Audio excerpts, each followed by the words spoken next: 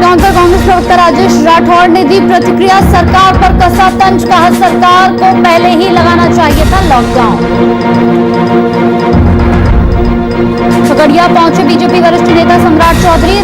Referral अस्पताल का किया निरीक्षण, अधिकारियों को दिए जरूरी दिशा निर्देश।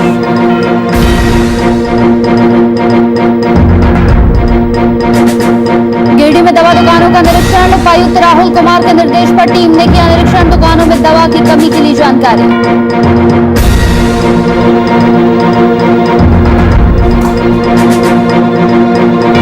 और समस्तीपुर जिले के मोस्ट वांटेड अपराधी मोहम्मद चांद पुलिस कस्टडी से फरार। पुलिस महकमे में मची अफरा तफरी। 28 अप्रैल को अपराधी की हुई थी गिरफ्तारी।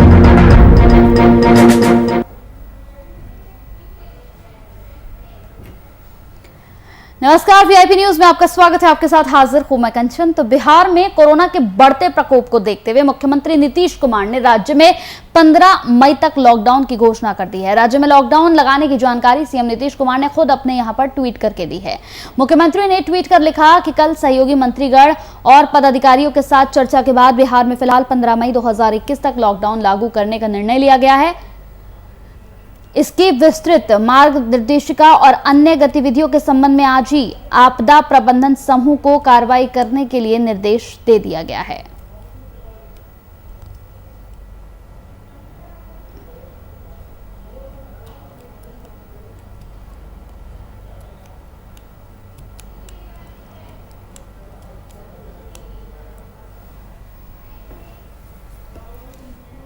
मुख्यमंत्री हेमंत सोरेन ने वीडियो कॉन्फ्रेंसिंग के जरिए सभी विभागों की समीक्षा की है और इस दौरान सीएम ने सभी जरूरी लोक कल्याणकारी योजनाओं की समीक्षा की।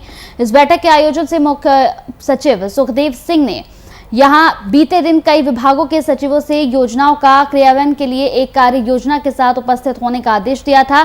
बैठक में सीएम सोरेन ने चिकित्सा सेवाओं, कृषि गतिविधियों, एफएमसीजी और साथ ही मनरेगा समेत अन्य जारी योजनाओं की मौजूदा स्थिति की जानकारी भी ली थी।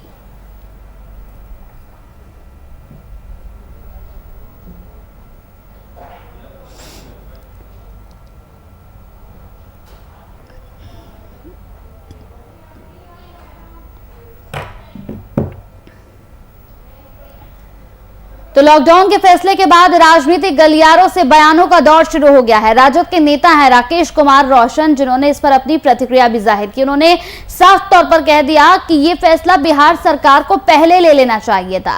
उन्होंने इस फैसले को कोरोना संक्रमण की चेन से मुक्त करने में मददगार साबित कराया यहां पर, और उन्होंने सरकार से गरीबों के लिए राशन व्यवस्था करने की बात कही।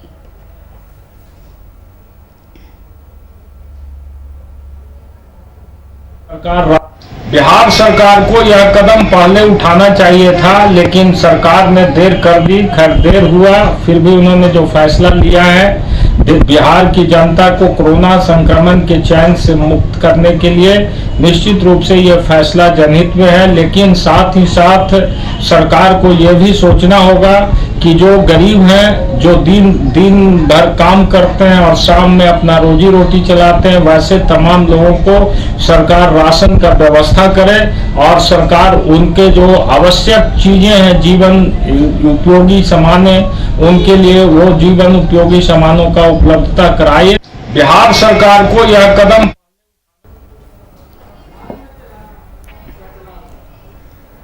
तो बिहार सरकार के लॉकडाउन पर तीखा प्रहार करते हुए लोजपा ने भी ट्वीट किया है, जिसमें उन्होंने लिखा है कि बिहार में हाईकोर्ट की फटकार मिलने के बाद लॉकडाउन लगाया गया। वहीं अगर लॉकडाउन कुछ दिन पहले लगाया गया होता तो कई जानें बचाई जा सकती थीं।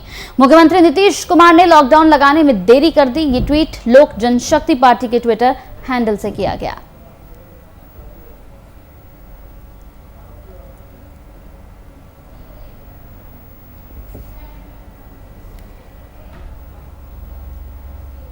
तो सीएम नीतीश के लॉकडाउन के फैसले के बाद नेता प्रतिपक्ष तेजस्वी यादव भी यहां रुके नहीं, बल्कि उन्होंने भी ट्वीट किया है, जिसमें अब बिहार में 15 मई तक लॉकडाउन लगाने का फैसला, साथ ही इस पर सरकार पर उन्होंने हमला किया। सरकार के इस फैसले की टाइमिंग पर यहां तेजस्वी ने उन पर निशाना साधा, जिसमें उन्होंने बताया कि 15 दिन से विपक्ष लॉकडाउन करने की मांग कर रहा था, जिसके बावजूद लॉकडाउन नहीं लगाया गया। ऐसे में कोरोना संक्रमण को पूरी रफ्तार यहां बिहार में दी गई है।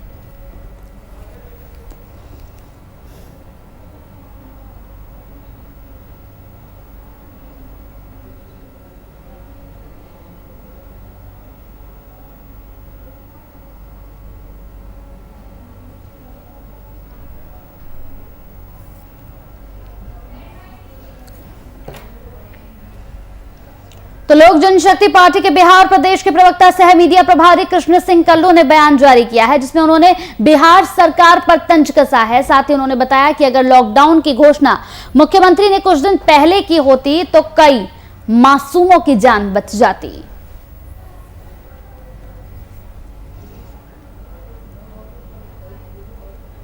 उच्चतम न्यायालय के द्वारा राज्य सरकार को फटकार लगाना पड़ा और हस्तक्षेप के बाद राज्य सरकार ने कुंभकर्णीय नींद से जागा और आज बिहार में लॉकडाउन लगाने की घोषणा की। अगर बिहार के जिद्दी मुख्यमंत्री नीतीश कुमार कुछ दिन पूर्व ही अगर लॉकडाउन लगाते तो कई मासूमों की जान बचाने में हम सफल होते। लेकिन वो तो पता ही है कि मुख्यमंत्री जी अपने जिद के आगे किसी की नहीं सुनते हैं। बिहार में उच्चतम तो बिहार सरकार ने मंगलवार को राज्य में 15 मई तक पूर्ण लॉकडाउन लगाने का फैसला लिया है। बिहार में बंदिशों की घोषणा के साथ ही सियासत भी यहां शुरू हो गई है। नीतीश कुमार की सरकार में शामिल सहयोगी पार्टी हिंदुस्तानी आवाम मोर्चा यानी कि हम, इस पर ऐतराज उन्होंने जताया है। हम के प्रवक्ता हैं दानिश रिजवान, जिन्होंने साफ तौर पर कह दिया है कि लॉकडाउन से गरीबों को दिक्कत होगी। अगर वो कोरोना से बच भी जाते हैं तो भूख से कैसे बचेंगे। दानिश रिजवान ने कहा कि बिहार सरकार ने लॉकडाउन का फैसला न्यायालय की टिप्पणी के बाद लिया है।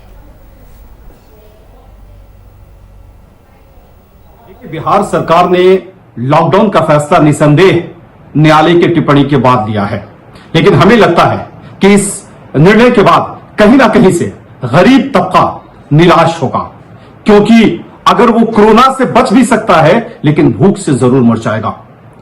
न्यायालय ने टिप्पणी जरूर करी है, लेकिन न्यायालय को गरीबों का भी ख्याल रखना चाहिए था, खासकर उन तबकों का जो हर दिन मेहनत करता है और शाम में अपने परिवार के लिए राशन का इंतजाम करता है।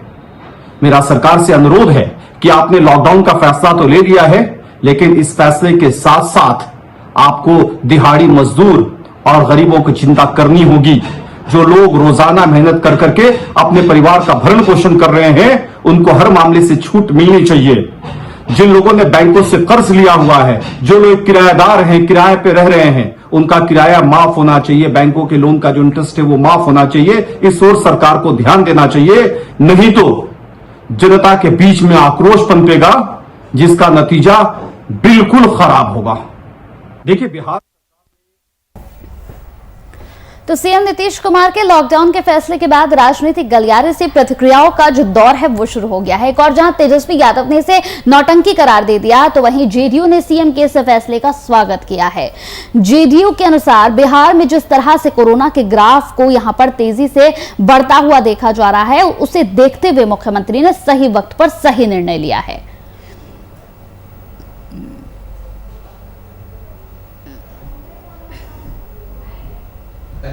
इसको देखते हुए पहले नाइट कर्फ्यू लागू किया गया था। बहुत से जिलों में डीएम ने बढ़ते संक्रमण को देखते हुए वीकेंड लॉकडाउन भी किया था और अब बिहार के लोकप्रिय मुख्यमंत्री नीतीश कुमार जी ने बिहार में 15 मई तक लॉकडाउन लगाने का निर्देश दिया है। काफी स्वागत योग्य कदम है। क्राइसिस मैनेजमेंट ग्रुप को इसके बारे में विशेष मार्ग निर्देशिका जारी करने का भी निर्देश दिया गया है। निश्चित रूप से लॉकडाउन से कोरोना संक्रमण की जो चेन है वह टूटेगी। आम लोगों से भी हमारी अपील है कि आप घरों में रहें, मास्क सैनिटाइजर का इस्तेमाल करें और सोशल डिस्टेंसिंग का निश्चित रूप से पालन करें। बिहार में कोरोना संक्रमण के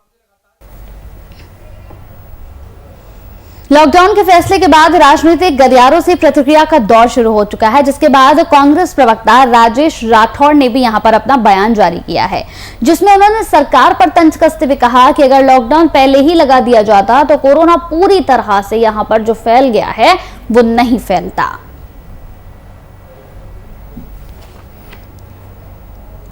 नीतीश कुमार जी लिए हैं, यह निर्णय अगर समय पे ले लिए होते तो आज मकर जाल की तरह कोरोना गांव-गांव, घर-घर नहीं फैलता। लेकिन इस आज लॉकडाउन के निर्णय के बाद एक बड़ी चुनौती सरकार के पास होगी कि जो बीमार हैं उसमें 95% लोग अपने घर पे रह के इलाज करा रहे हैं। ऐसी स्थिति में सरकार को सुनिश्चित करना पड़ेगा कि उनको दवा जीवन रक्षक दवा, ऑक्सीजन उनके घर तक कैसे पहुंचे।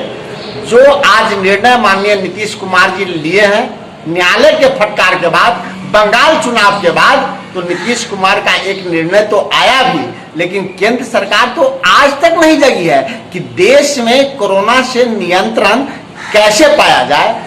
जो निर्णय माननीय नीतीश कुमार जी लिए हैं, यह निर्णय अगर समय पे ले लिए होते तो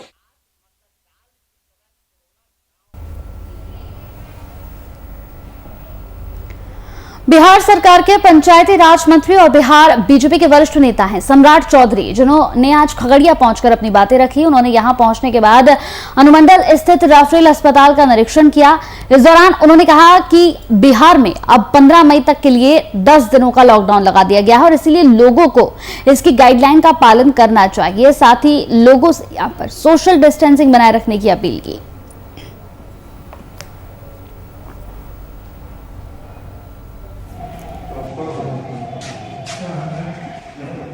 सरकार ने तो आज के दिन से लॉकडाउन की व्यवस्था कर दी है। अब लोगों को घर में रहना है। 7 से 11 जो है लोगों को जरूरत की चीज़ों को खरीदने के लिए निर्देशित किया गया है। अब पूरी तरह लॉकडाउन होगा अगला 10 दिन जो है 15 तारीख तक। बिहार के मुख्यमंत्री ने ये निर्णय ले लिया है कि बिहार में अब लॉकडाउन हो।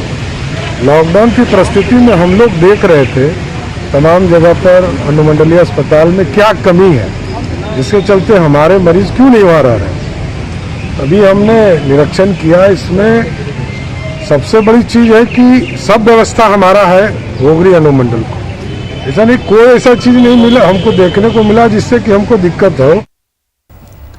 तो बिहार सरकार की ओर से 15 मई तक लॉकडाउन का ऐलान किया जा चुका है। सरकार के इस ऐलान के बाद इस लॉकडाउन को लेकर लोगों की अलग अलग प्रतिक्रियाएं सामने आ रही हैं। इसी बीच बिहार सरकार के स्वास्थ्य विभाग के मंत्री मंगल पांडे ने मुख्यमंत्री नीतीश कुमार के लॉकडाउन के निर्णय का स्वागत किया और राज्य की जनता से इसका पालन करने की अपील की। कि बिहार में लॉकडाउन लागू कर दिया गया है।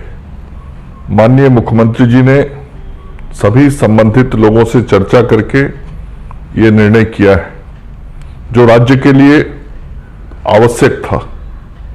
मैं आप सब लोगों से हाथ जोड़ के ये निवेदन करता हूं कि लॉकडाउन के लिए जो नियम बनाए गए हैं, जो व्यवस्थाएं बनाई गई हैं, उन सभी नियमों और व्यवस्थाओं का आप सब लोग पालन करेंगे। आप इन व्यवस्थाओं का पालन करेंगे, वह कोरोना से बचाव में सहायक होगा। हम सब लोग अपने अपने को कोरोना से बचाने में यदि सफल होते हैं तो हम समाज को कोरोना से बचा पाएंगे। बिहार में तो कोरोना की दूसरी लहर को देखते हुए यहां पर कई फैसले लिए गए। आपको बताते चले कि स्टेट बार काउंसिल ने राज्य के सभी अधिवक्ताओं को 9 मई तक न्यायिक कार्यों में नहीं शामिल होने का निर्देश दिया है, जिसकी वजह से कई बड़े मामलों की सुनवाई नहीं हो पा रही है। वहीं आज पूर्व मुख्यमंत्री बाबूलाल मरांडी के दल बदल मामले में सुनवाई होनी थी, लेकिन अधिवक्ताओं की तरफ से न्यायिक कार्य में हिस्सा नहीं लेने के कारण ये सुनवाई नहीं हो सकी। दल बदल मामले में झारखंड के पूर्व मुख्यमंत्री एवं भारतीय जनता पार्टी के नेता बाबूलाल मरांडी की याचिका पर झारखंड उच्च न्यायालय में कल सुनवाई होनी है। मामला सुनवाई के लिए सूचीबद्ध है, लेकिन झारखंड राज्य पिछले बार भी कहीं ना कहीं किन्हीं कारणों से मामले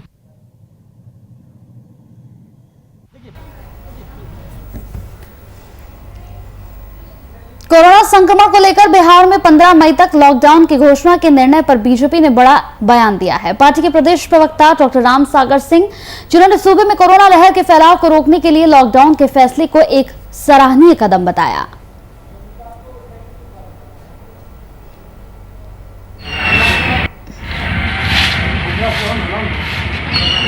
बिहार सरकार ने जो लॉकडाउन लगाया है और उसमें जो प्रावधान किया है उससे जान भी बचेगा और जान भी बचेगा। कोरोना का चैन भी टूटेगा और रोजगार भी मिलता रहेगा, चाहे वो सब्जी बेचने वाले लोग हों, राशन दुकान वाले लोग हों, चाहे दवा दुकानदार हों, चाहे मजदूर हों। मजदूरों को मनरेगा से काम मिलेगा और इन लोगों का व्यापार भी बचा रहेगा। सभी दल के नेताओं, सामाजिक कार्यकर्ताओं से भी अपील है कि कोरोना लॉकडाउन का प्रॉपर जो प्रोटोकॉल है, कोरोना प्रोटोकॉल, उसका पालन खुद करें और करवाएं। इसी से कोरोना हारेगा और बिहार जीते। झारखंड में कोरोना के कहर को देखते हुए सरकार की ओर से स्वास्थ्य सुरक्षा सप्ताह लागू किया गया है। इसके तहत दोपहर 2 बजे के बाद लॉकडाउन लगाया गया है और इस दौरान सरकार के नियमों का सख्ती से पालन किया जा रहा है। साथ ही सड़कों पर आवागमन करने वालों की संख्या भी काफी कम नजर आ रही है। इन तमाम चीजों के बीच मिनी लॉकडाउन में वस्तु स्थिति का जायजा लिया हमारे संवाददाता शुभम कुमार ने। लागू है स्वास्थ्य सुरक्षा सप्ताह और इसी स्वास्थ्य सुरक्षा सप्ताह के अंतर्गत मुख्यमंत्री हेमंत सोरेन ने राज्यवासियों को यह दिशा निर्देश दिया था कि सुबह 6 बजे से लेकर 2 बजे तक प्रतिष्ठानों को खोलने की अनुमति दी गई थी। स्थिति कितनी भयावह है इसका अंदाज़ा आप विजुअल के माध्यम से जो दुकानें बंद है उसे देखकर लगा लिए होंगे। और मुख्यमंत्री हेमंत सोरेन के दिशा निर्देशों का राज्यवासी ने बखूबी स्वागत किया है। शायद इसी वजह से ये जो बंद की तस्वीर है हमें तमाम जगहों से देखने को मिल रही है और राज्य की जनता भी इस बात को भली भांति जानती है कि कोरोना के इस भयावह रूप से अगर बचाना है और देश को और पूरे राज्य को बचाना है तो मुख्यमंत्री हेमंत सोरेन का जो दिशा निर्देश दिया गया है झारखंड वासियों को, उसका पालन बखूबी करना पड़ेगा। और एक तस्वीर हम आपको दिखाने की कोशिश करेंगे। मेन रोड में इस वक्त मौजूद है हम और यही वो सड़क है जहां पर एक समय ऐसा था कि दिन के समय में अगर दोपहर की बात करें और रात 8 बजे तक पैर रखने की जगह नहीं होती थी। जाम का आलम देखने को मिलता था। सड़कें पर बस खड़ी तो खड़ी गाड़ियां दिखाई देती थी। लेकिन परिस्थितियां इतनी भयावह होते जा रही है और उसी का नतीजा है कि सड़कें वीरान पड़ी हैं। अभी जो लोगों ने अपनी दुकानों को बंद किया है वही लोग आपको सड़कों पर दिखाई देंगे जो कि अपने घरों की ओर जा रहे हैं। आकलन आप कर सकते हैं और ये वीआईपी न्यूज़ तमाम बार लोगों को दिखा रहा है कि स्थितियां अभी हमारे हाथ से बाहर होती जा रही हैं। अगर कोरोना के बढ़ते संक्रमण को रोकना है तो कोरोना के बनाए गए उन तमाम गाइडलाइन प्रोटोकॉल का बखूबी पालन करना पड़ेगा, तभी जाकर हम इस संक्रामक बीमारी को राजधानी रांची से, पूरे झारखंड से और पूरे देश से जड़ से उखाड़कर फेंक सकते हैं। एक और तस्वीर हम आपको दिखाना चाहेंगे। मुख्यमंत्री हेमंत सोरेन के निर्देश में ये साफ तौर पे कहा गया था कि दुकानों को खोलने की अनुमति है जो कि ज़रूरत के दुकान है, चाहे वो मेडिकल की दुकान की बात कर लें, चाहे वो जो खाने की दुकान की सामग्री जो होम डिलीवरी करते हैं जो दुकानदार, उनके दुकानें खुली है। जोमेटो और स्विगी के लोग वहाँ पर आपको उपस्थित दिखाई देंगे विजुअल में। तो परिस्थितियाँ से अब लोग समझ रहे हैं कि कोरोना को हल्के में नहीं आंकना है और मुख्यमंत्री हेमंत सोरेन लगातार कोरोना पर मंथन कर रहे हैं कि कैसे इस कोरोना के बढ़ते हुए आंकड़ों को हम रोक सकें, कैसे इस बढ़ते हुए आंकड़े पर हम काबू पा सके। शायद उसी के लिए मुख्यमंत्री हेमंत सोरेन लगातार बैठकें कर रहे हैं आपदा प्रबंधन विभाग के तमाम पदाधिकारियों के साथ, स्वास्थ्य मंत्री बन्ना गुप्ता के साथ और कहीं ना कहीं और भी कुछ दिशा निर्देश आ सकते हैं क्योंकि वित्त मंत्री डॉक्टर रामेश्वर उरांव ने साफ तौर पर कहा था कि थोड़ी सख्ती बढ़ाने की और आवश्यकता है कि जो जितनी सख्ती बढ़ाई गई थी उसका फलाफल धीरे धीरे नज़र आ रहा है। अगर और सख्तियां बढ़ाई जाएंगी तो शायद हम इस कोरोना के बढ़ते संक्रमण पर रोकने पर कह सकते हैं काबिल हो पाएंगे और इस बढ़ते संक्रमण को हम रोकने में आगे आ पाएंगे। अपने सहयोगी विशाल के साथ संवाददाता शुभम कुमार, वीआईपी न्यूज़। तो देश में कोरोना संक्रमण के मामले लगातार बढ़ रहे हैं। ऐसे में पिछले साल की अपेक्षा इस बार ना ही सरकार सैनिटाइजर का छिड़काव कर रही है और ना ही जनप्रतिनिधियों में यहां पर उत्सुकता देखी जा रही है, जिसके बाद शाहबाद प्रक्षेत्र के समाज सेवी सोनू पांडे लोगों का सहारा बनकर यहां निकले हैं। सोनू पांडे द्वारा बाजारों के बंद होने के बाद अपने सहयोगियों के साथ तमाम बाजारों के तमाम सार्वजनिक जगहों पर सैनिटाइजर कर रहे हैं। सोनू पांडे का कहना है कि कोरोना संक्रमण से बचने के लिए अपने आसपास के जगह पर साफ सफाई का विशेष ध्यान रखना होगा जिससे महामारी को फैलने से रोका जा सके।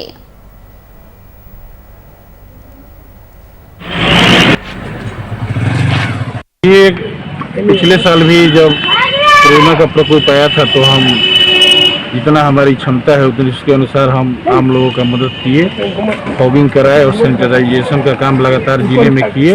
और इस बार भी जो बहुत खतरनाक ही स्वरूप ले चुका है स्ट्रेन 2 और 3, और इससे बहुत ज़्यादा लोग प्रभावित हो रहे हैं। और मैं अभी तक लगातार मैं अपने तरफ से जितना हो सकेगा मैं कोरोना में अपना सहयोग करूंगा।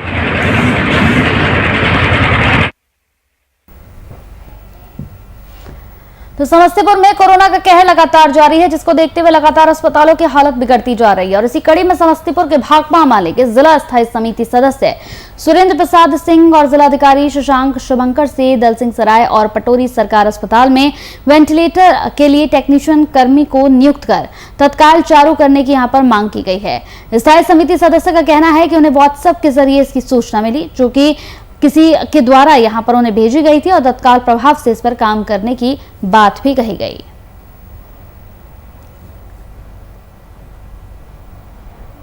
ये सातों वेंटिलेटर टेक्नीशियन, एनेस्थेटिक कर्मी आदि के अभाव में ऐसे ही पड़े हुए हैं, वो बंद है। भाकपा माले एक आवेदन ईमेल एवं व्हाट्सएप के माध्यम से समस्तीपुर के जिलाधिकारी शशांक शुभंकर को देकर मांग किया है कि अविलंब टेक्नीशियन, एनेस्थेटिक कर्मी आदि को नियुक्त कर या प्रशिक्षण दिलाकर या उसके छात्र जहां उसकी पढ़ाई कर रहे हैं उनको तत्काल प्रशिक्षण दिलाकर वेंटिलेटर जो बंद पड़ा हुआ है उसे चालू कराया जाए, ताकि कोविड के गंभीर पेशेंट को जिला में जान बचाया जा सके। बुलेटिन की बात कर रही हूँ।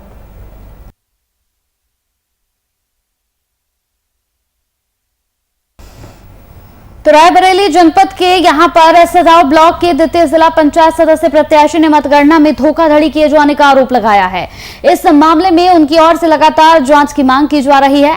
इस संबंध में जिला पंचायत प्रत्याशी ने जनपद के डीएम को शिकायती पत्र सौंपते हुए जांच की मांग की।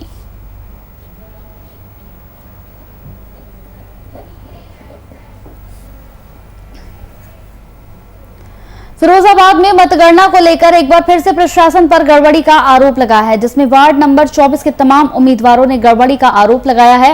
वहीं सूचना के बाद डीएम ने कार्यालय पहुंचकर इस पूरे मामले की जानकारी ली।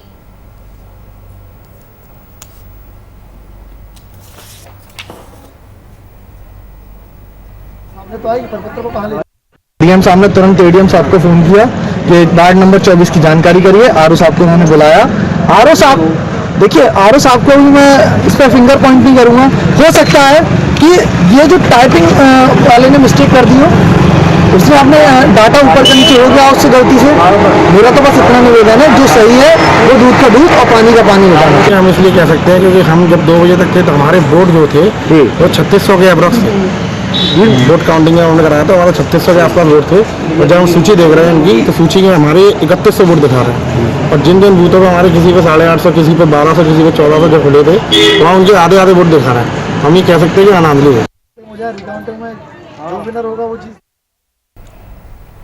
आज जहां पूरा देश ऑक्सीजन को लेकर परेशान है, हर तबके के लोग अपनी ओर से ऑक्सीजन की उपलब्धता को लेकर अथक प्रयास कर रहे हैं। वहीं मुंगेर के एक सरकारी कर्मचारी अनिल राम पर्यावरण बचाने को लेकर यहां पूरी तरीके से समर्पित नजर आ रहे हैं। इस कोरोना काल में भी किला परिसर में लगे पौधों की देखभाल बिना रुके और थके कर रहे हैं। पर्यावरण के प्रति समर्पण की भावना को देखकर लोग अब इन्हें पर्यावरण मित्र से संबोधित करते हैं। अनिल करीब 20 साल पहले से ही पौधे लगाने के अभियान में जुट गए और अब तक अनिल करीब 1500 पौधे लगा चुके हैं। इन्हें कई पुरस्कारों से सम्मानित भी किया जा चुका है।